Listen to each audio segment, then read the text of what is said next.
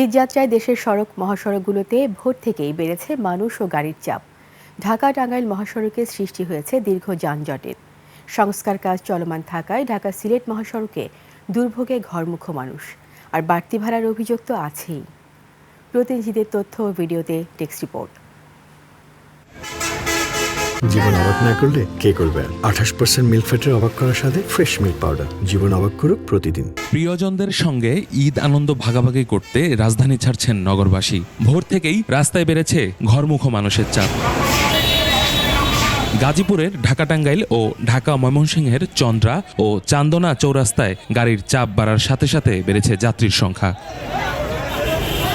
কলকারখানা ছুটি হওয়ায় বাড়তি গাড়ির চাপে ঢাকা-টাঙ্গাইল মহাসড়কের চান্দনা থেকে শফিপুর অংশে সৃষ্টি হয়েছে যানজটের। গাড়ির সংকটে জীবনের ঝুঁকি নিয়ে অনেকেই যাচ্ছেন ট্রাক পিকআপ ভ্যানে। রয়েছে বাড়তি ভাড়া নেওয়ার অভিযোগ। ভাড়া পাচ্ছে বেশি, 500, 600, 700, তাও গাড়ি পাওয়া যায় না। ঢাকা আরিচা ও ঢাকা টাঙ্গাইল মহাসড়কে বেড়েছে গাড়ির চাপ। কালামপুর সাটুরিয়া বাইপাস এবং ধামরাই কালিয়াকৈর মহাসড়কে থেমে থেমে যানজটে গতি ধীর হয়ে গেছে। ঢাকা টাঙ্গাইল যমুনা সেতু মহাসড়কে মির্জাপুর থেকে করটিয়ায় বেড়েছে গাড়ির চাপ। বেলা বাড়ার সাথে সাথে গাড়ির সংখ্যা বাড়লেও যানজট কমেছে।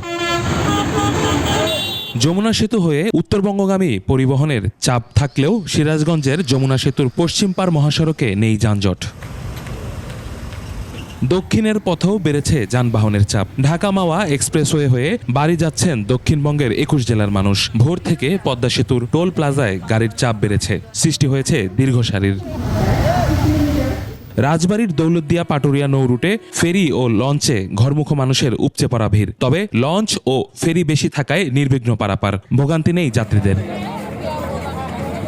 ইউসুফ হাসান নাইম, 21 টেলিভিশন।